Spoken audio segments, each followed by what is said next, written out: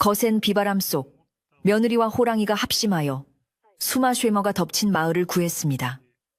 종을 초월한 헌신이 만들어낸 기적, 뿌린 대로 거두는 인과응보에 진리와 삭막한 세상을 적시는 따뜻한 감동이 여기에 있습니다. 옛날, 아주 먼 옛날에 깊고 깊은 산골짜기를 돌아 흐르는 강물이 마치 뱀이 기어가듯 굽이굽이 휘감아 도는 곳에 물구비 마을이라 불리는 작고 평화로운 동네가 하나 있었습니다. 산세가 험하면서도 어머니의 품처럼 포근하게 마을을 감싸 안고 있어서 봄이면 진달래가 온 산을 붉게 물들이고 가을이면 황금빛 들판이 넉넉하게 펼쳐지는 살기 좋은 곳이었습니다. 마을 사람들은 대부분 대대로 이곳에 터를 잡고 농사를 지으며 살았는데 욕심 없이 순박하고 서로의 집숟가락 개수까지 알 정도로 정이 깊은 이들이 모여 사는 곳이었습니다. 아침이면 밥 짓는 연기가 집집마다 피어오르고 저녁이면 소를 몰고 돌아오는 농부들의 휘파람 소리가 들려오는 그저 바라만 보아도 마음이 편안해지는 그런 고요한 산골 마을이었습니다. 이 물구비 마을의 가장 안쪽, 산과 가장 가까운 곳에는 마을에서 가장 오래된 기와집 한 채가 묵직하게 자리 잡고 있었는데 그곳에는 박씨 성을 가진 영감님 내외와 그들의 착한 며느리 소담이가 살고 있었습니다. 소담이는 이름처럼 소박하고 단아한 생김새를 지녔을 뿐만 아니라 마음씨가 비단결처럼 곱고 매사에 정성을 다하는 사람이어서 마을 사람들의 칭찬이 자자했습니다. 시부모님을 공경하는 것은 물론이거니와 지나가는 거린에게도 따뜻한 밥 한 그릇을 대접할 줄 알았고 심지어 마당에 날아드는 까치나 참새들에게도 모이를 나누어 줄 정도로 생명을 귀하게 여기는 따뜻한 심성을 가진 여인이었습니다. 그녀의 손길이 닿는 곳마다 집안은 늘 윤기가 흘렀고 장독대에는 볕이 잘 들었으며 텃밭의 채소들은 싱싱하게 자라났습니다. 소담이가 이 집으로 시집온 지 3년이 되던 해 유난히 산짐승들이 마을 가까이 내려오는 일이 잦아졌는데 사람들은 그저 산에 먹이가 부족해서 그런가 보다 하고 대수롭지 않게 여기곤 했습니다.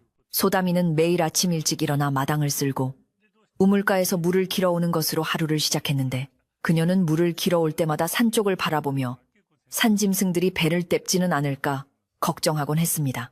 어느 날 소담이는 시어머니의 기침에 좋다는 약초를 캐기 위해 바구니를 옆구리에 끼고 마을 뒷산 깊은 곳으로 조심스럽게 발걸음을 옮기게 되었습니다. 풀벌레 소리만이 가득한 숲속은 고요하고 평화로웠지만 한편으로는 인간의 발길이 닿지 않은 깊은 산속이라 묘한 긴장감이 감돌기도 했습니다. 한참을 산길을 따라 올라가며 도라지와 더덕을 캐던 소담이는 덤불숲 사이에서 무언가 끙끙거리는 작고 애처로운 소리를 듣고 걸음을 멈추었습니다. 처음에는 길 잃은 강아지인가 싶어 호기심에 덤불을 조심스레 헤쳐보았는데 그곳에는 강아지가 아니라 온몸에 황금빛 줄무늬가 선명한 어린 호랑이 한 마리가 피를 흘리며 쓰러져 있었습니다. 날카로운 가시에 찔린 것인지 아니면 다른 짐승에게 당한 것인지 뒷다리 쪽이 붉게 물들어 있었고 고통스러운 듯 가쁜 숨을 몰아쉬고 있었습니다.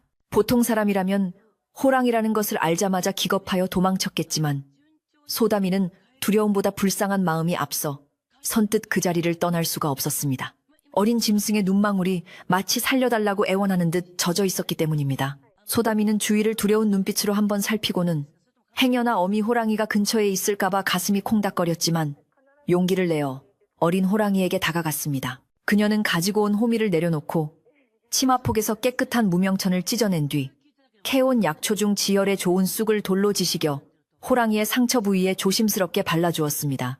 어린 호랑이는 처음에는 낯선 사람의 손길에 으르렁거리는 듯 했으나 소담이의 손길이 따뜻하고 부드럽다는 것을 느꼈는지 이내 얌전해져서 그녀에게 몸을 맡겼습니다. 소담이는 떨리는 손으로 상처를 동염해주며 아프지 마라.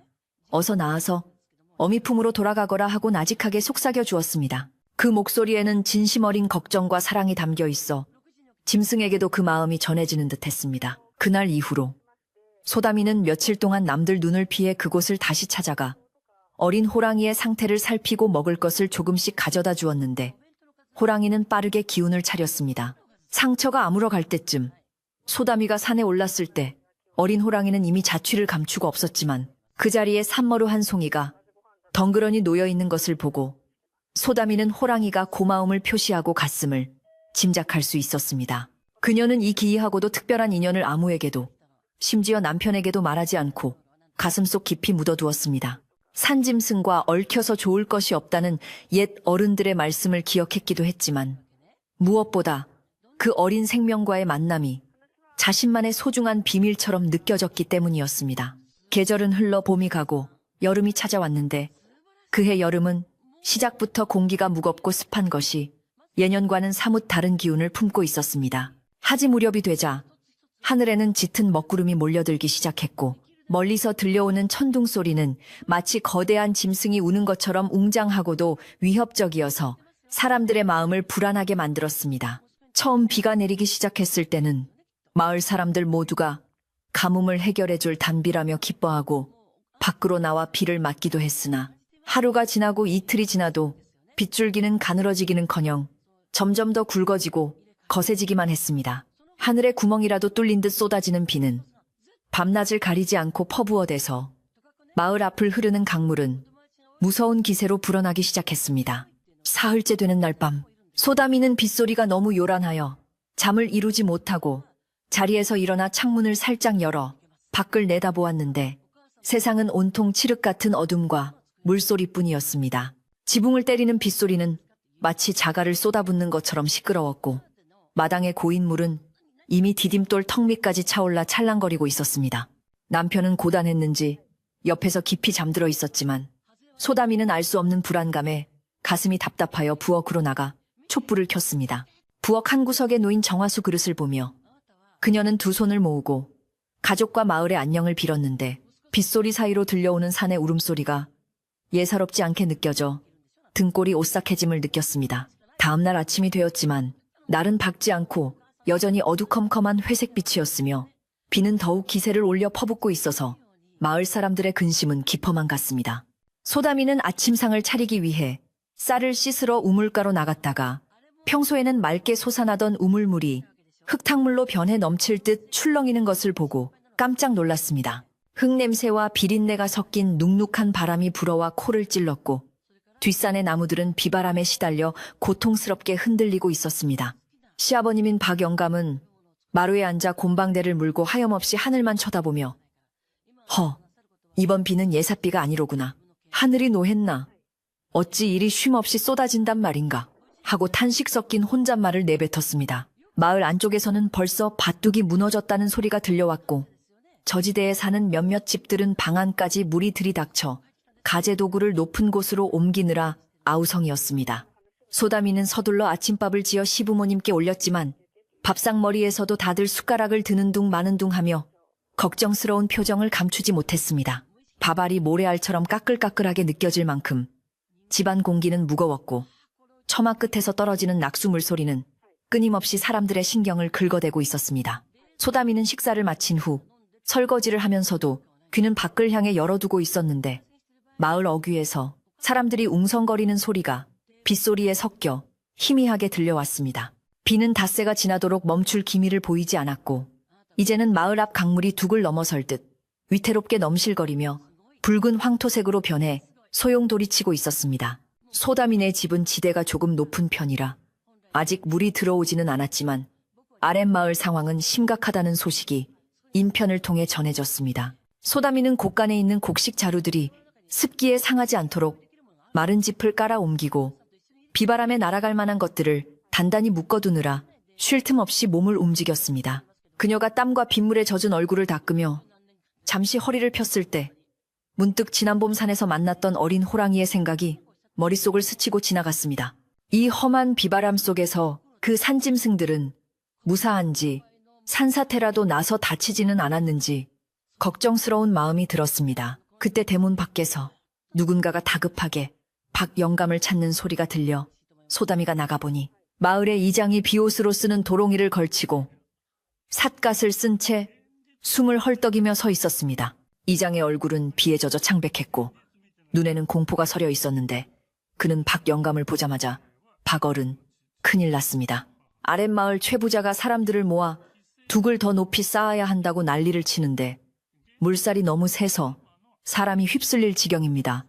라고 다급하게 외쳤습니다. 박영감은 그 말을 듣자마자 곰방대를 내려놓고 서둘러 채비를 하며 나갈 준비를 했고 소다미는 시아버님이 빗길에 미끄러지실까봐 집신을 단단히 묶어드리고 걱정스런 눈빛으로 배웅했습니다. 집안에는 이제 시어머니와 소담이 그리고 몸이 약한 남편만이 남아 집을 지키게 되었습니다. 시간이 갈수록 빗줄기는 마치 하늘에서 양동이로 물을 들이붓는 것처럼 굵어졌고 천둥번개가 번갈아치며 하늘과 땅을 뒤흔들어 놓았습니다.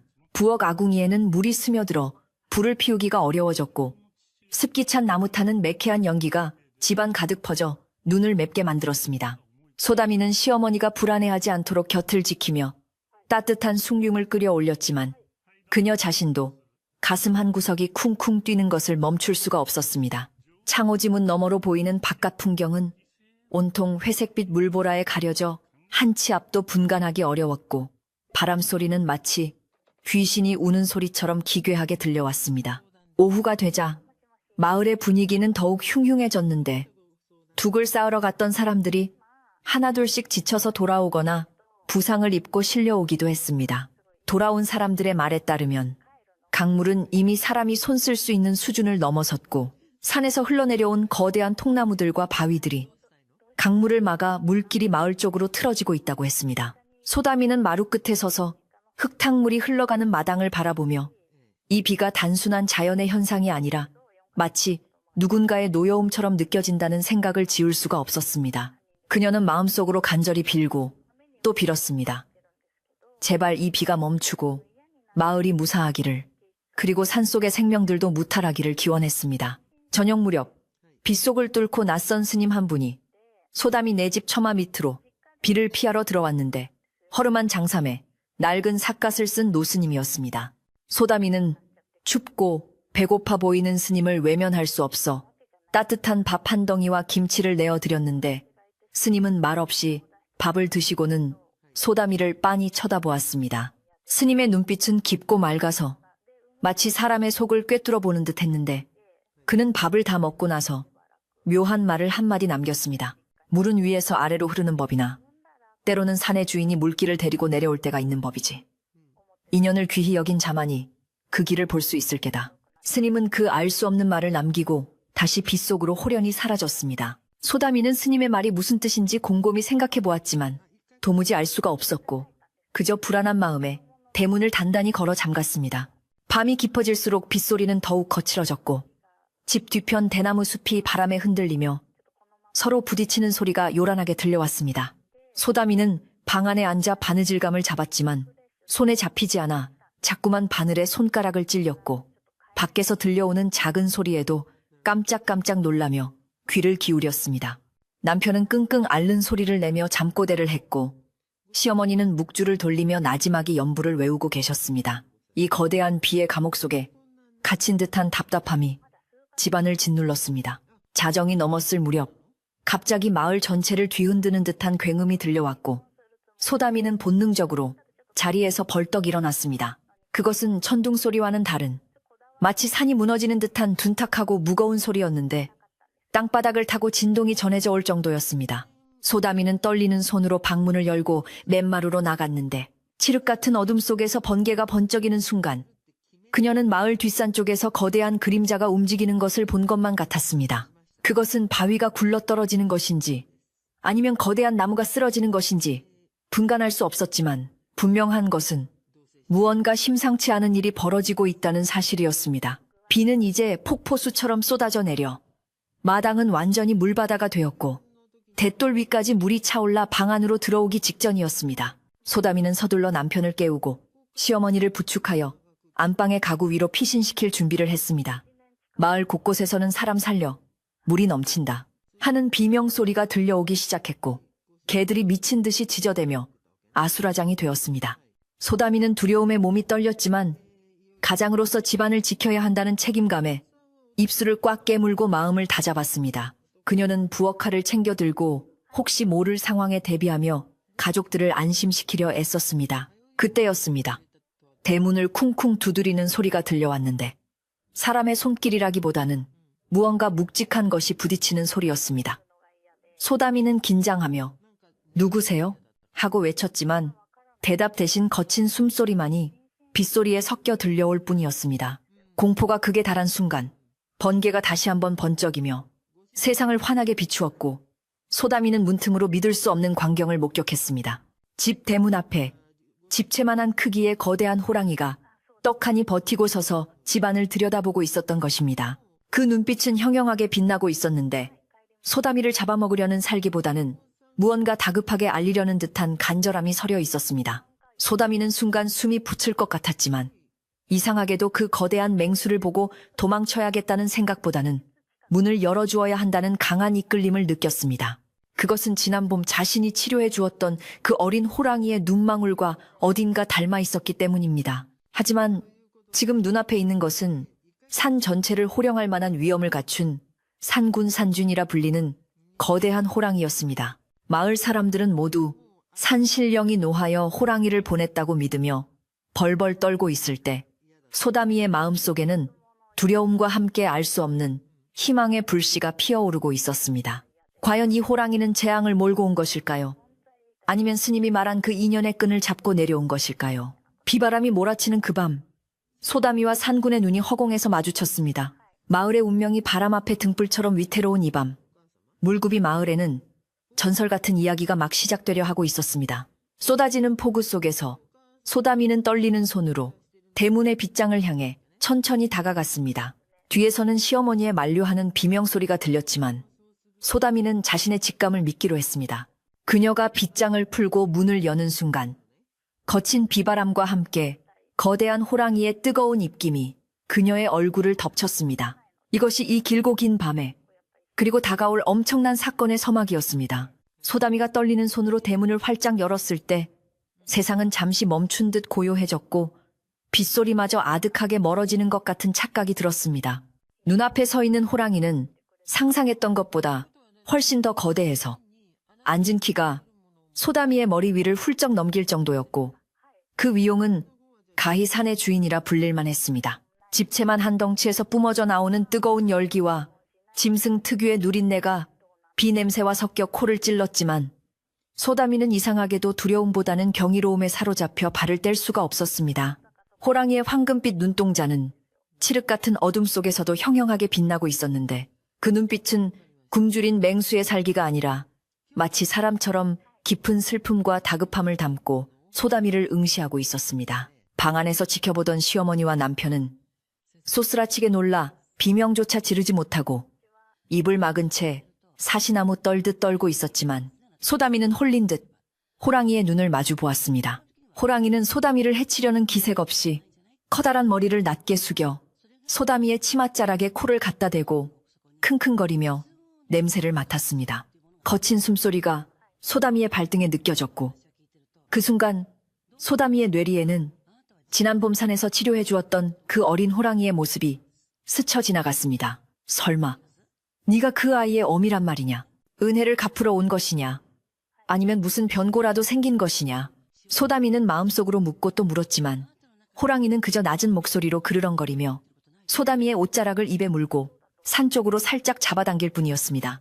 호랑이가 옷자락을 당기는 힘은 강했지만 결코 난폭하지 않았고 마치 어디론가 가자고 재촉하는 어린아이의 투정처럼 느껴지기도 했습니다. 소다미가 엉겁결에 한 발짝 앞으로 내딛자 호랑이는 그제야 만족한 듯 옷자락을 놓고는 다시 한번 산 쪽을 바라보며 길게 포효했습니다. 그 울음소리는 천둥소리보다 더 크고 웅장하여 마을 전체를 뒤흔들었고 빗줄기를 뚫고 멀리 퍼져나갔습니다. 그리고는 거짓말처럼 어둠 속으로 몸을 돌려 순식간에 사라져버렸는데 그 움직임이 어찌나 빠르고 은밀한지 빛 속으로 녹아든 것만 같았습니다. 소다미는 멍하니 호랑이가 사라진 곳을 바라보다가 정신을 차리고 서둘러 대문을 닫고 빗장을 단단히 걸었습니다. 방으로 들어온 소다미는 놀란 시어머니와 남편을 진정시키느라 진땀을 뺐는데 시어머니는 아이고 산신령님이 노하셔서 우리를 잡아가려나 보다 하며 울먹였습니다. 소다미는 아닙니다, 어머님. 저 호랑이는 우리를 해치러 온 게 아니라 무언가 알려주러 온 것 같습니다. 눈빛이 그리 사납지 않았습니다. 라고 차분하게 설명했지만 가족들의 공포는 쉽게 가라앉지 않았습니다. 소다미는 젖은 옷을 갈아입지도 못한 채 부엌으로 가서 따뜻한 물을 끓여 가족들에게 먹이며 방금 전 호랑이의 행동이 무엇을 의미하는지 곰곰이 생각해 보았습니다. 옷자락을 물고 산으로 이끄는 그 몸짓, 그것은 분명 위험을 알리는 신호였을 것입니다. 하지만 지금 당장 쏟아지는 폭우 속에서 병든 남편과 노모를 모시고 산으로 피한다는 것은 불가능에 가까운 일이었습니다. 다음 날 아침이 밝았지만 날씨는 조금도 나아지지 않았고 오히려 빗줄기는 하늘이 뚫린 듯 더욱 거세져 있었습니다. 밤새 내린 비로 마을 앞 강물은 이제 둑을 넘실거리며 마을 입구까지 침범해 들어왔고 낮은 지대에 있는 논밭은 이미 형체를 알아볼 수 없을 정도로 물에 잠겨버렸습니다. 흙탕물 위로는 돼지와 닭들이 떠내려가며 비명을 질렀고 지붕 위에 올라가 구조를 요청하는 사람들의 목소리가 빗소리에 묻혀 희미하게 들려왔습니다.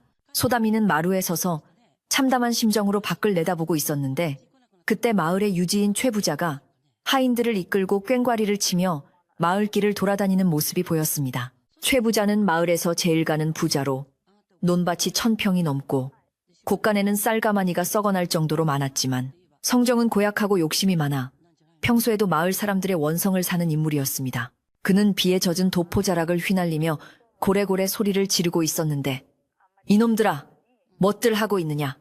당장 나와서 내 논에 물기를 돌려라.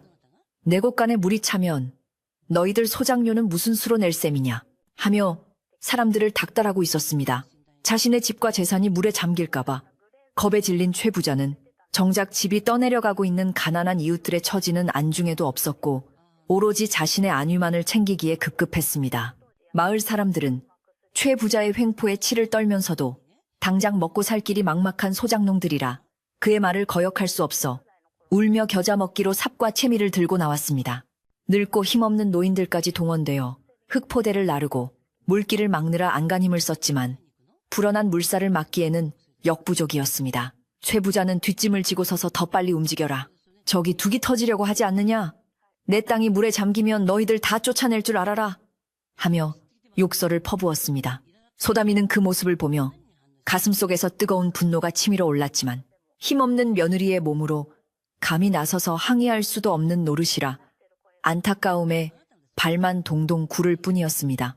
그때 최 부자의 눈에 소담이네 집 대문 앞에 찍힌 거대한 짐승의 발자국이 들어왔습니다. 지난밤 빗물에 씻겨 내려갔지만 진흙탕 속에 깊게 패인 호랑이의 발자국은 여전히 선명하게 남아 그 크기를 짐작게 했습니다. 최 부자는 눈을 휘둥그레 뜨며 소담이네 집을 향해 삿대질을 해댔습니다. 저것 봐라. 저 집 앞에 괴물 발자국이 있다. 전현이 요물을 불러들여서 우리 마을에 이런 물난리가 난 게야. 재수 온 붙은 집구석이라니. 최 부자는 자신의 욕심을 감추고 사람들의 불만을 딴 곳으로 돌리기 위해 소담이네를 희생양으로 삼으려는 듯 악을 쓰며 선동하기 시작했습니다. 마을 사람들은 처음에는 최 부자의 말을 믿지 않았지만 계속되는 재난과 공포 속에서 판단력이 흐려져 하나둘씩 동요하기 시작했습니다. 그러고 보니 어젯밤에 산이 울리는 소리를 들었어. 박경감네 며느리가 산에 가서 이상한 짓을 하고 다닌다는 소문이 있던데 정말 호랑이 귀신이 붙은 게 아닐까 하는 수군거림이 사람들 사이로 빠르게 퍼져나갔습니다. 소담이는 대문 밖에서 들려오는 험악한 소리에 가슴이 철렁 내려앉았고 억울함에 눈물이 핑 돌았지만 굳게 닫힌 대문 뒤에 숨어 숨죽일 수밖에 없었습니다. 자연의 재앙보다 더 무서운 것은 공포에 질린 사람들의 광기라는 것을 뼈저리게 느끼는 순간이었습니다. 오후가 되자 상황은 더욱 악화되어 마을 회관 앞 아름드리 느티나무가 뿌리째 뽑혀 흙탕물에 휩쓸려 내려가는 참경이 벌어졌습니다. 사람들은 이제 둑을 쌓는 것을 포기하고 각자 살 길을 찾아 높은 곳으로 도망치려 했지만 최 부자는 사병들까지 동원하여 길을 막고 자신의 집 주변에 둑을 쌓으라고 강요했습니다. 내 집이 무너지면 마을이 다 죽는 거야. 어디를 도망가려 해. 최 부자의 탐욕은 끝이 없었고 그의 집 창고에는 마을 사람들이 굶어 죽지 않을 만큼의 식량이 있었지만 그는 쌀 한 톨도 내놓지 않고 빗장을 걸어 잠그고 있었습니다. 굶주림과 추위, 그리고 공포에 지친 마을 사람들의 눈에는 점점 이성이 사라지고 있었습니다. 그 시각, 소담이는 집안에서 불안에 떨고 있는 시부모님을 안심시키며 만약의 사태에 대비해 피난 보찜을 싸고 있었습니다. 쌀 조금과 소금, 그리고 불씨를 담은 화로를 챙기면서 그녀는 계속해서 지난밤 호랑이의 행동을 되새김질했습니다. 호랑이는 분명 산 쪽으로 가라고 했습니다. 마을 뒤편 산은 경사가 가파르지만 중턱에 큰 동굴이 있다는 이야기를 시아버님께 들은 적이 있었습니다. 소담이는 지금이라도 가족들을 데리고 산으로 올라가야 하는 것은 아닌지 갈등했지만 쏟아지는 폭우 속에서 거동이 불편한 어른들을 모시고 산길을 오르는 것은 목숨을 건 도박이나 다름없었습니다. 게다가 마을 사람들이 자신들을 적대시하고 있는 상황에서 밖으로 나가는 것도 두려웠습니다. 그때 마을 어귀에 사는 점쟁이 할머니가 비를 맞으며 비틀비틀 걸어 나와 소리를 지르기 시작했습니다. 물이 찬다. 산주인이 내려온다. 다들 살고 싶으면 산으로 튀어라. 할머니는 평소에도 헛소리를 자주 한다고 무시당하던 분이었지만 이번에는 그 목소리에 서린 기운이 예사롭지 않았습니다. 사람들은 일손을 멈추고 웅성거렸지만 최 부자는 저 미친 노인네가 또 시작이군. 당장 끌어내라! 하며 하인들을 시켜 할머니를 내동댕이 쳤습니다. 진흙탕에 넘어진 할머니는 소담이 내 집 쪽을 손가락으로 가리키며 저 집 며느리 말을 들어야 산다. 저 아이가 상군의 짝이다 라고 중얼거렸지만 빗소리에 묻혀 아무도 그 말을 귀담아 듣지 않았습니다. 소담이는 담장 너머로 그 광경을 지켜보며 가슴을 쳤습니다. 사람들의 어리석음과 최 부자의 악독함에 치가 떨렸지만 지금은 누구를 원망할 시간조차 없었습니다. 강물 수위는 이제 위험 수위를 넘어섰고 둑은 언제 터질지 모르는 시한폭탄과도 같았습니다. 소담이는 결단을 내려야만 했습니다. 이대로 집에 갇혀 물귀신이 될 것인가? 아니면 호랑이의 계시를 믿고 위험한 산행을 감행할 것인가? 그녀는 남편의 손을 꼭 잡고 말했습니다. 여보, 우리 산으로 가요. 지난밤 그 호랑이는 산신령님이 보내신 사자가 틀림없어요. 우리를 살리려고 온 거예요. 남편은 소담이의 결연한 눈빛에 압도되어 고개를 끄덕였습니다. 그 순간 마을 입구 쪽 둑에서 쩍 하는 소리와 함께 균열이 가기 시작했습니다. 작은 물줄기가 틈새로 새어나오더니 순식간에 흙더미가 무너져 내리며 거대한 물길이 뚫리기 시작했습니다. 사람들은 둑이 터졌다 하고 비명을 지르며 사방으로 흩어졌고 최 부자도 그제야 사색이 되어 집 안으로 도망쳐 들어갔습니다. 소담이는 지금이 아니면 기회가 없다는 것을 직감했습니다. 그녀는 시아버님을 등에 업고 남편에게는 시어머니를 부축하게 한 뒤 뒷문을 박차고 나갔습니다. 억수같이 쏟아지는 비가 얼굴을 때려 눈을 뜰 수조차 없었지만 소담이는 이를 악물고 산 쪽을 향해 발걸음을 옮겼습니다. 진흙탕 길은 미끄럽고 험난해서 몇 번이고 넘어질 뻔했지만 소담이는 가족들을 독려하며 필사적으로 산비탈을 올랐습니다. 뒤에서는 마을 사람들이 아우성치는 소리와 집들이 무너지는 소리가 뒤섞여 들려왔고 물살은 무서운 속도로 마을을 집어삼키며 쫓아오고 있었습니다. 소담이네. 일행이 마을 뒷산 초입에 다다랐을 때 숲속에서 다시 한번 그 익숙하고도 웅장한 포효 소리가 들려왔습니다. 어흥 하는 호랑이의 울음소리는 마치 길을 안내하는 등대처럼 뚜렷하게 들려왔고 소담이는 그 소리에 힘을 얻어 더욱 발걸음을 재촉했습니다. 한편 마을에 남은 사람들은 혼란 그 자체였습니다. 최 부자는 자신의 보물 상자를 챙기느라 도망칠 시간을 놓치고 집안에 갇혀버렸고 다른 사람들은 지붕 위로, 나무 위로 기어 올라가 살려달라고 애원하고 있었습니다. 물은 야속하게도 점점 더 차올라 처마 밑까지 다다랐고 마을은 거대한 물웅덩이로 변해가고 있었습니다. 소담이가 겨우 산 중턱에 올라 숨을 고르며 아래를 내려다 보았을 때 그녀의 눈에는 물바다가 된 고향 마을과 그 속에서 허우적거리는 이웃들의 모습이 들어왔습니다. 그리고 물살을 가르며 마을 쪽으로 헤엄쳐가는 거대한 황금빛 물체가 보였습니다. 바로 그 산군, 호랑이였습니다. 호랑이는 산으로 도망치지 않고 오히려 물이 넘치는 마을, 한복판으로 뛰어들고 있었던 것입니다. 소담이는 경악하며 소리쳤습니다. 안 돼요. 거긴 위험해요. 하지만 호랑이는 들리지 않는다는 듯 거센 물살을 거슬러 최 부자의 집 쪽으로 헤엄쳐 가고 있었습니다. 탐욕에 눈이 멀어 자신을 욕하던 인간을 구하려는 것인지 아니면 다른 뜻이 있는 것인지 알 수 없었지만 산군의 뒷모습은 비장하기 그지없었습니다. 소담이는 흐르는 빗물과 눈물을 닦으며 간절히 기도했습니다. 부디 무사하십시오. 산신령님, 제발 우리 마을과 저 호랑이를 지켜주세요. 비는 그칠 줄 모르고 날은 점점 어두워져 사위를 분간할 수 없게 되었습니다. 산중턱 바위 밑에 웅크리고 앉은 소담이네. 가족은 추위와 공포에 떨며 서로의 체온에 의지하고 있었습니다. 저 아래 마을에서는 여전히 처절한 비명과 물소리가 들려왔고 가끔씩 번개가 칠 때마다 참혹한 광경이 순간순간 드러났습니다. 소다미는 뜬 눈으로 밤을 지새우며 자신이 할 수 있는 일이 아무것도 없다는 무력감에 괴로워했습니다. 하지만 그녀의 가슴속 깊은 곳에는 아직 희망의 끈이 남아 있었습니다. 사람을 해치지 않고 오히려 위험을 알려준 그 영물, 산군이 반드시 기적을 일으킬 것이라는 믿음이었습니다. 이 길고 잔인한 밤이 지나면 과연 어떤 풍경이 그들을 기다리고 있을까요? 밤이 깊어질수록 빗소리는 조금 잦아드는 듯 했으나 바람은 더욱 날카로워져 살을 파고들었습니다. 소다미는 젖은 옷을 짜서 시부모님을 덮어드리고 남편의 손을 비벼주며 체온을 나누었습니다. 멀리서 늑대 울음소리가 들려왔지만 산군의 포효 소리는 더 이상 들리지 않았습니다. 호랑이는 무사한 것일까? 마을 사람들은 살아남았을까? 수만 가지 생각들이 머릿속을 맴돌았지만 소다미는 묵묵히 어둠을 응시하며 아침이 오기만을 기다렸습니다. 산 아래 물굽이 마을의 운명은 이제 하늘의 뜻과 산군의 용기에 달려 있었습니다. 밤하늘은 여전히 성난 듯 으르렁거렸고 굵은 빗줄기는 산 중턱 바위 아래 웅크린 소다민의 가족을 사정없이 몰아붙이고 있었습니다. 칠흑 같은 어둠 속에서 유일하게 빛나는 것은 번개가 칠 때마다 번쩍이는 섬광뿐이었는데 그 짧은 순간 드러나는 산 아래 마을의 풍경은 그야말로 아비규환이었습니다. 평화롭던 물굽이 마을은 온데간데 없고 누런 황토물만이 거대한 뱀처럼 꿈틀거리며 집과 나무, 가축들을 닥치는 대로 집어삼키고 있었습니다.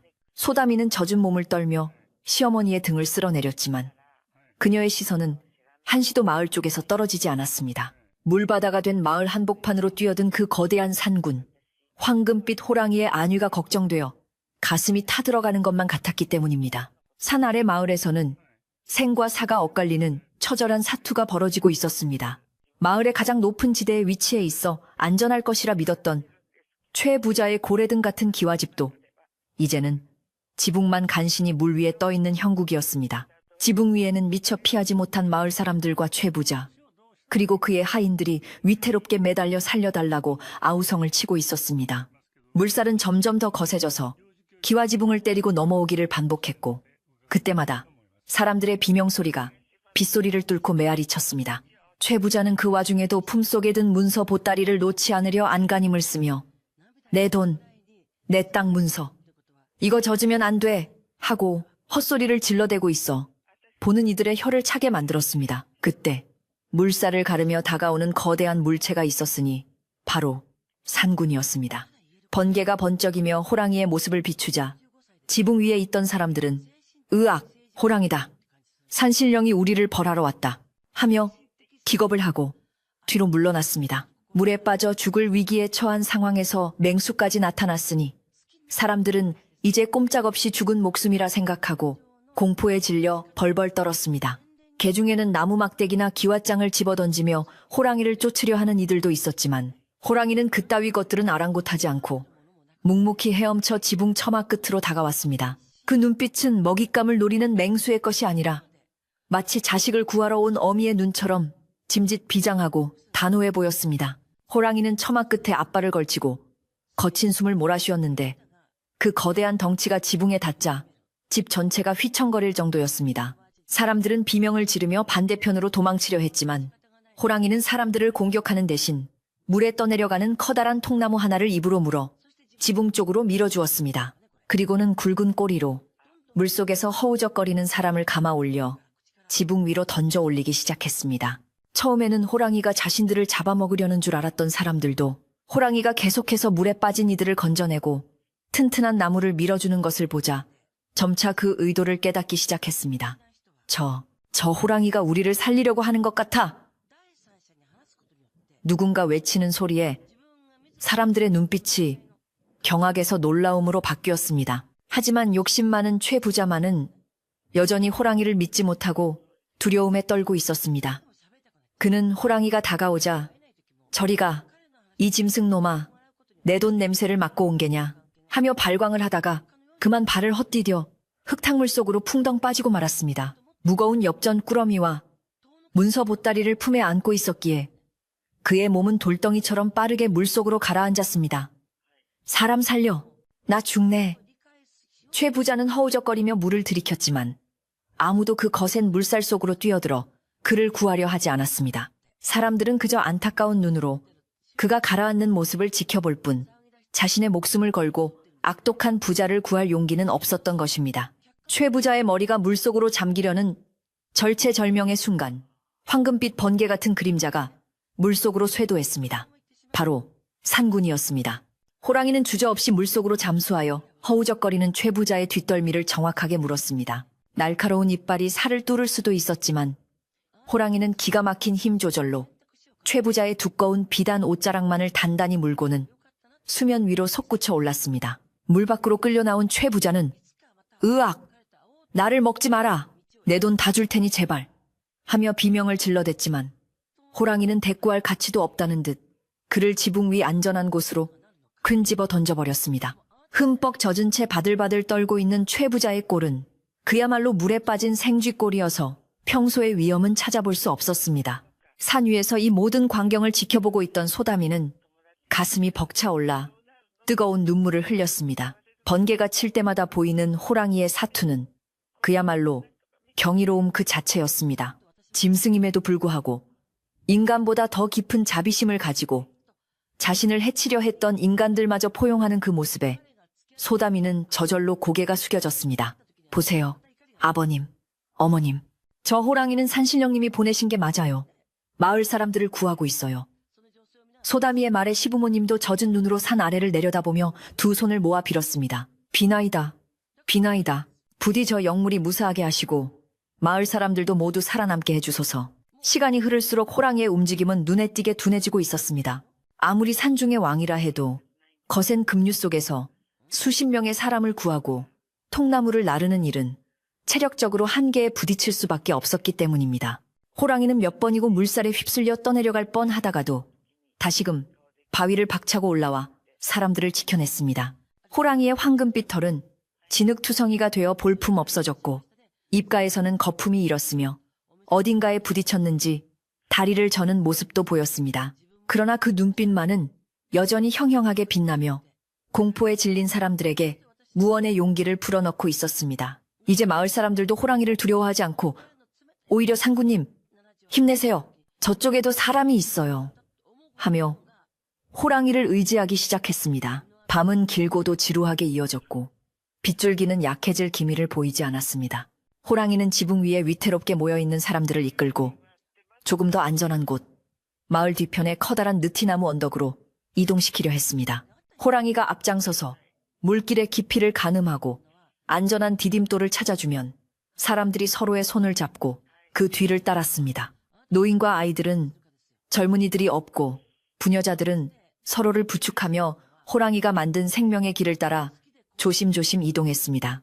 그 행렬의 맨 뒤에는 넋이 나간 표정으로 빈손이 된 최 부자가 터덜터덜 따라오고 있었는데 그의 손에는 그토록 아끼던 문서, 보따리 대신 찢어진 옷자락만이 들려 있었습니다. 소다미는 산 중턱에서 사람들이 무사히 언덕으로 이동하는 것을 확인하고 나서야 안도의 한숨을 내쉬었습니다. 하지만 그녀의 시선은 여전히 물속에 있는 호랑이를 찾고 있었습니다. 사람들을 모두 안전한 곳으로 옮긴 호랑이는 기진맥진하여 물가 바위 위에 쓰러지듯 엎드려 있었습니다. 그 거대한 몸이 가쁘게 오르내리는 것이 멀리서도 보일 정도였습니다. 소다미는 당장이라도 달려내려가 호랑이를 보살피고 싶었지만 불어난 물 때문에 접근할 수가 없어 발만 동동 구를 뿐이었습니다. 고맙습니다. 정말 고맙습니다. 당신 덕분에 우리 마을이 살았습니다. 소다미는 바람에 실려 호랑이에게 닿기를 바라며 마음속으로 끊임없이 감사의 말을 전했습니다. 그때 갑자기 산 위쪽에서 또 다른 우르릉거리는 소리가 들려왔습니다. 소다미는 소스라치게 놀라 고개를 돌렸는데 엄청난 양의 흙더미가 빗물에 쓸려 내려오는 산사태의 징조가 보였습니다. 흙탕물과 바위들이 섞여 마을 사람들이 대피해 있는 느티나무 언덕 쪽을 향해 쏟아져 내리려 하고 있었습니다. 사람들은 빗소리에 묻혀 그 소리를 듣지 못하고 있었고 방금 물난리를 피했다는 안도감에 젖어 하늘만 쳐다보고 있었습니다. 이대로라면 산사태가 사람들을 덮칠 것이 분명했습니다. 소다미는 목이 터져라 피하세요. 산사태예요 하고 외쳤지만 그 소리는 거센 비바람에 흩어질 뿐 사람들에게 닿지 않았습니다. 절망적인 순간 다시 한번 기적이 일어났습니다. 바위 위에 쓰러져 있던 호랑이가 벌떡 일어나더니 산 위쪽을 향해 천지를 뒤흔드는 포효를 내질렀습니다. 어흥! 으르렁. 그 소리는 단순한 울음소리가 아니라 산 전체를 호령하는 왕의 명령과도 같았습니다. 호랑이는 아픈 다리를 이끌고 흙더미가 쏟아지는 길목으로 뛰어들었습니다. 그리고는 믿을 수 없는 괴력으로 굴러내려오는 거대한 바위를 온몸으로 막아서며 물길을 틀어버리려 안간 힘을 썼습니다. 호랑이의 거대한 등 근육이 터질 듯 부풀어 올랐고 발톱은 땅을 깊게 파고들었습니다. 마을 사람들은 호랑이의 갑작스러운 포효와 행동에 놀라 그제야 산 위를 쳐다보았고 쏟아져 내리는 흙더미를 발견하고는 기겁하여 반대편으로 도망쳤습니다. 호랑이가 바위를 막아서 시간을 벌어준 덕분에 사람들은 간발의 차이로 산사태를 피할 수 있었습니다. 흙더미는 호랑이가 막아선 바위를 타고 옆으로 흘러내려 마을의 빈터로 쏟아졌고 사람들은 다시 한번 죽음의 문턱에서 살아 돌아올 수 있었습니다. 하지만 그 과정에서 호랑이는 흙더미와 나무뿌리에 깔려 잠시 모습이 보이지 않게 되었습니다. 안 돼! 소다미는 비명을 지르며 주저앉았고 마을 사람들도 숨을 죽이고 흙더미 쪽을 바라보았습니다. 잠시 후 흙더미 속에서 무언가 꿈틀거리더니 황금빛 털이 다시 드러났습니다. 호랑이는 온몸이 흙투성이가 되고 상처투성이가 되었지만 불사조처럼 다시 일어났습니다. 비록 다리를 심하게 절고 한쪽 눈을 잘 뜨지 못하는 모습이었지만 그 위풍당당한 기세는 꺾이지 않았습니다. 호랑이는 사람들의 안전을 확인한 뒤 천천히, 아주 천천히 소다미가 있는 산 중턱을 향해 고개를 돌렸습니다. 어둠 속에서도 두 눈이 마주친 것만 같은 느낌에 소다미는 가슴이 뭉클해졌습니다. 그것은 이제 되었다. 모두 무사하다. 라고 말하는 듯한 평온한 눈빛이었습니다. 새벽이 가까워 오자 거짓말처럼 빗줄기가 가늘어지기 시작했습니다. 하늘을 뒤덮었던 먹구름이 서서히 걷히고 동쪽 하늘에서 희미한 여명이 밝아오고 있었습니다. 물은 여전히 마을을 뒤덮고 있었지만 더 이상 불어나지 않고 조금씩 빠지는 기미가 보였습니다. 길고 길었던 공포의 밤이 지나고 마침내 아침이 찾아오고 있는 것이었습니다. 소다미네 가족과 마을 사람들은 지친 몸을 이끌고 멍하니 떠오르는 해를 바라보았습니다. 살아남았다는 안도감과 삶의 터전을 잃었다는 상실감이 교차했지만 무엇보다 그들의 마음속에는 밤새 자신들을 지켜준 산군에 대한 경외심이 가득 차 있었습니다. 소다미는 날이 밝자마자 산을 내려갈 채비를 했습니다. 비록 길은 진흙탕이고 위험했지만 이제는 내려가서 다친 사람들을 돌보고 호랑이의 상태를 살피고 싶었습니다. 시아버님은 아가, 아직 위험하다. 물이 더 빠지면 가자꾸나. 하고 말렸지만 소다미는 아버님, 지금 누군가의 도움이 절실히 필요한 때입니다. 제가 가서 살펴보고 오겠습니다. 라고 단호하게 말했습니다. 소다미는 치맛자락을 질끈 동여매고 지팡이를 짚으며 조심스럽게 산길을 내려가기 시작했습니다. 그녀의 발걸음은 며느리의 것이 아니라 마을을 지키려는 강인한 여인의 발걸음이었습니다. 산 아래 마을의 풍경은 처참했습니다. 집들은 무너지고 가재도구는 흙탕물에 뒤덮여 있었으며 논밭은 자갈밭으로 변해 있었습니다. 하지만 사람들은 서로의 생사를 확인하며 부둥켜 안고 울고 있었고 그 중심에는 놀랍게도 최 부자가 넋이 나간 표정으로 앉아 있었습니다. 그는 자신의 전 재산이었던 문서 보따리가 사라진 빈손을 멍하니 바라보다가 소다미가 내려오는 것을 보고는 고개를 푹 숙였습니다. 항상 고개를 빳빳이 들고 다니던 그의 모습은 온데간데 없고 죄인처럼 쭈그려 앉은 모습이 낯설기만 했습니다. 소다미가 마을 입구에 다다랐을 때 사람들은 그녀를 보고 웅성거리기 시작했습니다. 박 영감네 며느리가 내려온다. 저 아이 말이 맞았어. 산신령님이 노하신 게 아니라 우리를 구하러 오신 거였어. 사람들의 눈빛에는 더 이상 비난이나 의심이 없었고 대신 미안함과 존경심이 담겨 있었습니다. 지난밤 호랑이가 소다미의 집 앞에서 그녀를 데리고 가려 했던 것을 기억하는 사람들은 소다미와 호랑이 사이에 무언가 특별한 인연이 있음을 직감하고 있었습니다. 소다미는 사람들의 시선을 뒤로하고 호랑이가 마지막으로 보였던 숲 가장자리로 발걸음을 옮겼습니다. 숲 입구에는 커다란 호랑이 발자국이 산 쪽으로 이어져 있었고 그 옆에는 핏방울이 뚝뚝 떨어져 있었습니다. 소다미는 가슴이 미어지는 듯한 아픔을 느꼈습니다. 인간들을 구하느라 만신창이가 된 산군의 고통이 고스란히 전해져 오는 듯했습니다. 그녀는 핏자국을 따라 조금 더 숲속으로 들어갔지만 호랑이의 모습은 보이지 않았습니다. 대신 그 자리에는 산머루 한 송이가 또다시 놓여 있었습니다. 지난 봄 어린 호랑이가 놓고 갔던 것과 똑같은 산머루였습니다. 소다미는 그 산머루를 집어들고 하염없이 눈물을 흘렸습니다. 말 못하는 짐승이 인간보다 더 깊은 의리를 지켰다는 사실에 가슴이 먹먹해졌습니다. 그때 숲속 깊은 곳에서 어흥하는 낮은 울음소리가 들려왔습니다. 이전처럼 우렁차고 강렬한 소리는 아니었지만 듣는 이의 마음을 편안하게 해주는 부드러운 울림이었습니다. 소다미는 그 소리가 호랑이의 작별 인사임을 깨달았습니다. 부디 몸조리 잘하세요. 은혜는 평생 잊지 않겠습니다. 소다미는 산을 향해 깊이 허리 숙여 절을 올렸습니다. 아침 햇살이 숲을 비추자 빗물을 머금은 나뭇잎들이 보석처럼 반짝였고 마을에는 새로운 기운이 감돌기 시작했습니다. 이제 남은 것은 살아남은 자들이 서로를 보듬고 다시 일어서는 일뿐이었습니다. 날이 완전히 밝아오자 밤새 세상을 집어삼킬 듯 포효하던 강물도 이제는 한풀 꺾여 그저 널따란 흙탕물 줄기가 되어 유유히 흐르고 있었습니다. 비구름이 물러간 하늘은 야속하리만치 청명하게 개어 쪽빛을 띠기 시작했고 따스한 햇살이 젖은 땅을 비추며 간밤의 악몽을 씻어내려는 듯했습니다. 소다미는 마을 입구에 모여있는 사람들 틈에서 시부모님과 남편을 챙기며 엉망이 된 온매무새를 다듬었습니다. 살아남았다는 안도감이 지나간 자리에 처참하게 망가진 집과 논밭을 보며 한숨을 쉬는 이웃들의 탄식 소리가 여기저기서 터져나왔습니다. 아이고, 이제 우린 무얼 먹고 사나. 집이 다 떠내려갔으니 당장 오늘 밤은 어디서 잔단 말인가. 절망 섞인 목소리들이 공허하게 울려 퍼졌습니다. 그때 마을의 가장 연장자인 촌장 어른이 지팡이를 짚고 절뚝거리며 소담이 앞으로 다가왔습니다. 촌장 어른은 밤새 비를 맞아 개쑥해진 얼굴이었지만 눈빛만은 깊고 진중했습니다. 그는 소담이의 두 손을 덥석 잡으며 떨리는 목소리로 말했습니다. 박영감네 며느리야, 네가 아니었으면 우리 모두 물귀신이 되었을 게다. 그리고 그 호랑이, 그 산군님이 너를 보러 온 것이라지? 도대체 무슨 사연이 있었던 게냐? 사람들의 시선이 일제히 소담이에게 쏠렸습니다.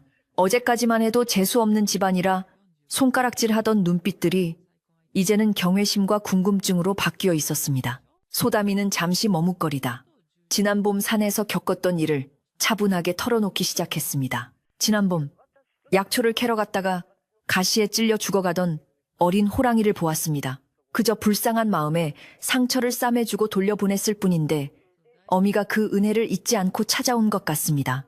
소담이의 담담한 고백에 마을 사람들은 입을 다물지 못했습니다. 세상에, 짐승도 은혜를 아는데 우리가 사람을 몰라봤구나. 호랑이가 사람보다 낫다는 말이 빈말이 아니었어. 사람들은 부끄러움에 고개를 들지 못했고 여기저기서 훌쩍거리는 소리가 들려왔습니다. 자연의 섭리와 인과응보의 이치가 눈앞에서 증명되자 마을 사람들은 그동안 소다미를 오해하고 배척했던 자신들의 좁은 소견을 뼈저리게 반성하게 되었습니다. 이야기가 끝날 무렵 구석에 쭈그려 앉아있던 최 부자가 비틀거리며 일어났습니다. 그는 흙투성이가 된 비단 옷을 걸친 채 멍한 눈으로 자신의 집 쪽을 바라보고 있었습니다. 그의 집은 기와 지붕이 반쯤 날아가고 담장이 무너져 내렸지만 다행히 튼튼하게 지은 탓에 뼈대는 남아 있었습니다. 최 부자는 평소라면 내 집, 내 가구 하며 난리를 쳤겠지만 지금은 그저 침묵만 지키고 있었습니다. 호랑이가 자신을 물에서 건져내던 순간 그 황금빛 눈동자에서 느꼈던 위엄과 자신의 초라함이 뇌리에 깊이 박혀 있었기 때문입니다.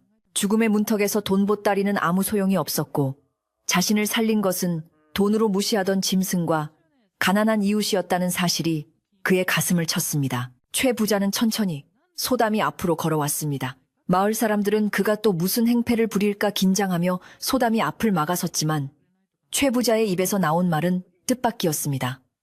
미안하다. 내가 잘못했다. 쥐어짜듯 나온 그 한마디는 작았지만 그곳에 있는 모든 사람의 귀에 천둥처럼 크게 들렸습니다. 평생 고개 숙일 줄 모르고 살았던 최 부자가 처음으로 며느리뻘 되는 소담이에게 그리고 마을 사람들 앞에서 사죄를 한 것이었습니다. 그는 떨리는 손으로 얼굴을 감싸며 말을 이었습니다. 짐승도 목숨 걸고 사람을 구하는데 나는 내 욕심 채우자고 사람들을 사지로 몰았구나. 내가 짐승만도 못한 놈이다. 최 부자의 참여에 마을 분위기는 숙연해졌습니다. 그는 눈물을 훔치고는 하인들을 불렀습니다. 여봐라, 당장 곳간을 열어라. 물에 젖지 않은 쌀가마니를 모두 꺼내어 마을 사람들에게 나누어 주어라. 그리고 소를 잡아 국을 끓여라. 다들 굶고 춥지 않으냐. 하인들은 주인의 명령에 깜짝 놀랐지만 이내 기쁜 표정으로 네, 알겠습니다. 하고 달려갔습니다.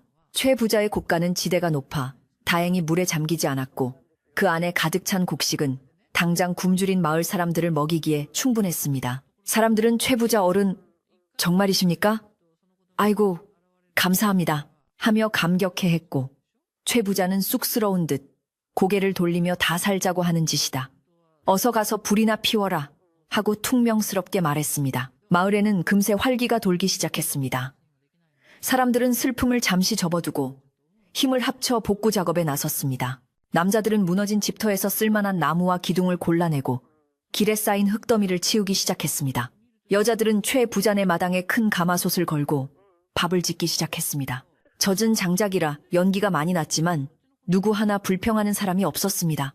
오히려 매캐한 연기 냄새가 구수한 밥 냄새와 섞이자 사람들의 마음속에 있던 불안감이 서서히 녹아내리는 듯 했습니다.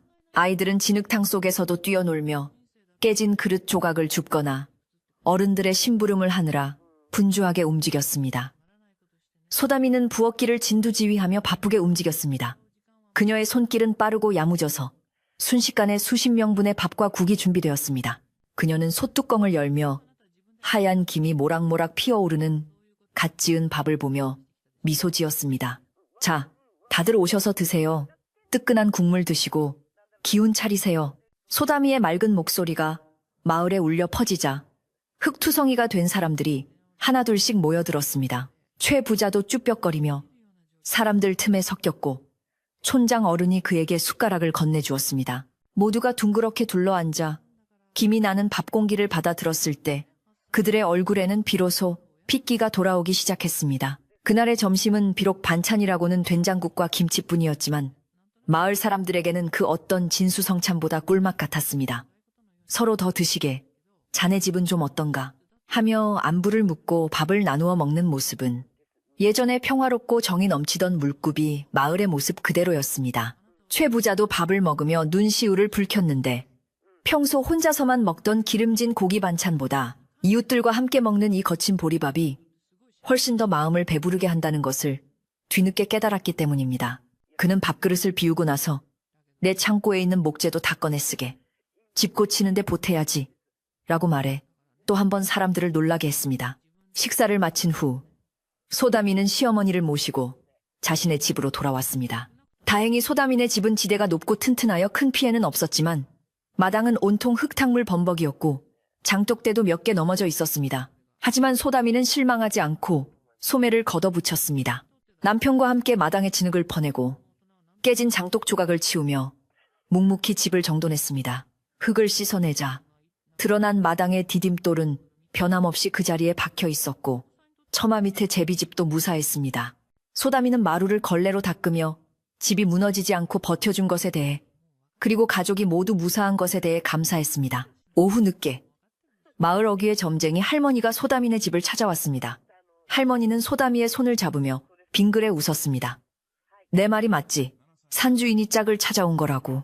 너의 그 고운 마음씨가 산을 감동시키고 하늘을 움직인 게야. 소다미는 부끄러워하며 고개를 저었지만 할머니는 주머니에서 꼬깃꼬깃한 부적 하나를 꺼내 쥐어주었습니다.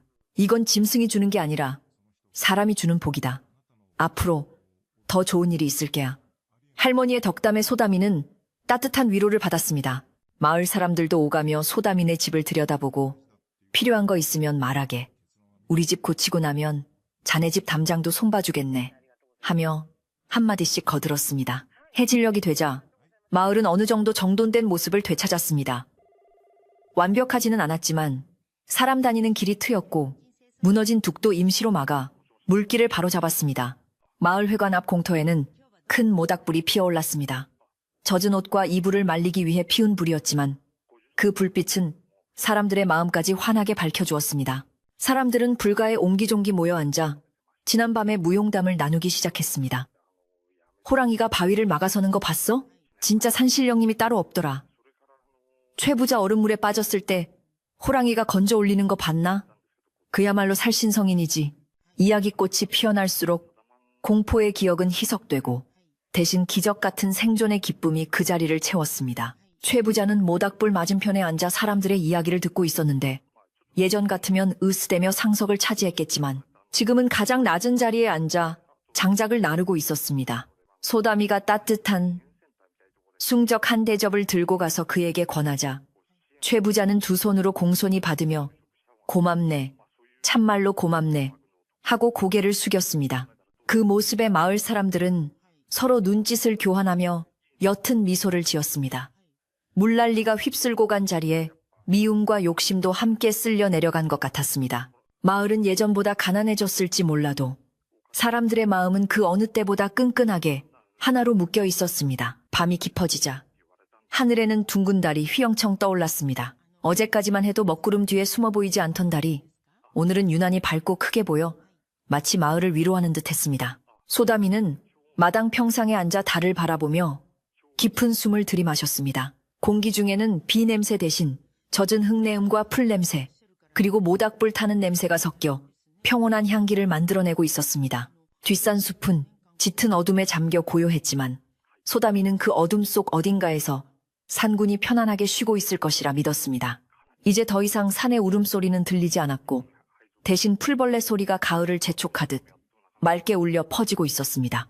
시어머니가 방에서 나오며 소다미의 어깨에 쇼를 덮어주었습니다. 아가, 고생 많았다. 네 덕분에 우리 집안이 살고 마을이 살았다. 소다미는 시어머니의 손을 잡으며 미소 지었습니다. 아니에요, 어머님. 다들 서로 도운 덕분이지요. 그리고 그분이 도와주신 거고요. 두 여인은 말없이 산 쪽을 바라보았습니다. 소다미는 마음속으로 다짐했습니다. 앞으로도 변함없이 생명을 귀히 여기고 베풀며 살아가겠노라고. 그것이 산군이 보여준 은혜에 보답하는 길이며 이 마을을 지키는 길임을 알았기 때문입니다. 그날 밤 물굽이 마을 사람들은 오랜만에 다리를 뻗고 편안하게 잠자리에 들 수 있었습니다. 비록 방바닥은 눅눅하고 벽지는 뜯어졌지만 가족이 곁에 있고 이웃이 함께한다는 사실만으로도 충분히 따뜻한 밤이었습니다. 마을 어귀의 솥대 위로 별똥별 하나가 길게 꼬리를 물며 떨어졌습니다. 그것은 마치 하늘이 이 착한 마을 사람들에게 보내는 축복의 신호처럼 보였습니다. 재앙은 지나갔고 이제 마을에는 새로운 희망의 싹이 트고 있었습니다. 모든 것이 제자리로 돌아가기 위한 준비는 끝났습니다. 시간은 강물처럼 흘러 어느덧 수마가 핥히고 간 상처 위에도 새살이 돋아나듯 물굽이 마을에는 다시금 평온한 일상이 찾아왔습니다. 한 달여의 시간이 지나자 마을을 뒤덮었던 흉물스러운 진흙더미는 따가운 여름 햇살에 바싹 말라 비옥한 흙으로 변했고 무너졌던 담장들은 마을 사람들이 힘을 합쳐 쌓아 올린 돌들로 예전보다 더욱 단단하게 세워졌습니다. 강물은 언제 그랬냐는 듯 다시 맑고 투명한 옥빛을 띠며 유유히 흘렀고 강가에는 이름 모를 들꽃들이 피어나 바람에 한들거리며 지나간 계절의 아픔을 위로하고 있었습니다. 사람들의 얼굴에 드리워졌던 공포와 근심의 그림자도 차츰 걷히고 그 자리에는 다시 삶을 일구어 나가는 강인한 의지와 희망이 채워지고 있었습니다. 가장 놀라운 변화는 마을의 유지인 최 부자에게서 일어났는데 그는 이제 예전의 욕심쟁이가 아니었습니다. 그는 자신의 곳간을 완전히 개방하여 집을 잃은 이웃들에게 석가래와 기둥감을 아낌없이 내어주었고 매일 공사 현장에 나와 직접 흙을 나르고 돌을 옮기며 구슬땀을 흘렸습니다. 비단 옷 대신 투박한 무명 옷을 입고 집신을 신은 그의 모습은 처음에는 낯설었지만 이제는 마을 사람들에게 더없이 든든한 이웃의 모습으로 다가왔습니다. 최 부자는 일하다가 잠시 쉬는 참이면 내가 그동안 헛살았네. 저 산짐승만도 못한 마음을 가지고 살았어. 하며 허허롭게 웃곤 했고 마을 사람들은 그런 그에게 막걸리한 사발을 건네며 진심으로 그를 마을의 어른으로 대우해주기 시작했습니다. 소다미의 위상 또한 마을 내에서 완전히 달라져 있었습니다. 예전에는 그저 조용하고 착한 박영감네 며느리로만 불렸지만 이제는 산군이 선택한 사람, 호랑이 며느리라는 별칭으로 불리며 마을 사람들의 존경과 사랑을 한 몸에 받게 되었습니다. 길을 가다가 마주치는 어르신들은 소다미의 손을 꼭 잡으며 고맙다는 인사를 아끼지 않았고 아이들은 소다미 뒤를 졸졸 따라다니며 호랑이 이야기를 해달라고 졸라대곤 했습니다. 하지만 소다미는 그런 칭송에 우쭐해하지 않고 여전히 겸손한 자세로 시부모님을 모시고 집안일을 돌보며 예전과 다름없는 소박한 삶을 이어갔습니다. 다만 그녀의 눈빛은 예전보다 더욱 깊어지고 단단해져서 어떤 시련이 와도 흔들리지 않을 것 같은 내면의 힘이 느껴졌습니다. 어느 맑은 날 오후, 소다미는 정성스럽게 찐 시루떡과 맑은 정화수 한 그릇을 대바구니에 담아 마을 뒷산으로 향했습니다. 숲은 지난번의 폭우와 산사태로 인해 곳곳이 패이고 나무들이 쓰러져 있었지만 자연의 치유력은 놀라워서 부러진 나무 사이로 새로운 싹이 돋아나고 무너진 흙 위에는 이끼가 덮이기 시작했습니다. 소다미는 호랑이와 작별했던 그 숲, 가장자리 큰 바위 앞에 멈춰서서 가져온 떡과 물을 조심스럽게 내려놓았습니다. 그리고는 무릎을 꿇고 산을 향해 두 손을 모았습니다. 산군님, 덕분에 마을이 평안을 되찾았습니다. 부디 그곳에서도 아프지 마시고 이 산을 지켜주세요. 그녀의 기도는 바람을 타고 숲속 깊은 곳으로 스며들었습니다. 그때 어디선가 기분 좋은 바람이 불어와 소다미의 머리카락을 부드럽게 쓰다듬고 지나갔습니다.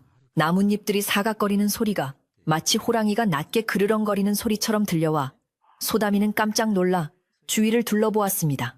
비록 호랑이의 모습은 보이지 않았지만 숲 전체가 그녀를 따뜻하게 감싸 안고 지켜보고 있다는 느낌을 강하게 받았습니다. 소다미는 바위 위에 놓아둔 시루떡 옆에 지난번처럼 산머루 한 송이가 놓여있는 것을 발견하고는 빙그레 미소를 지었습니다.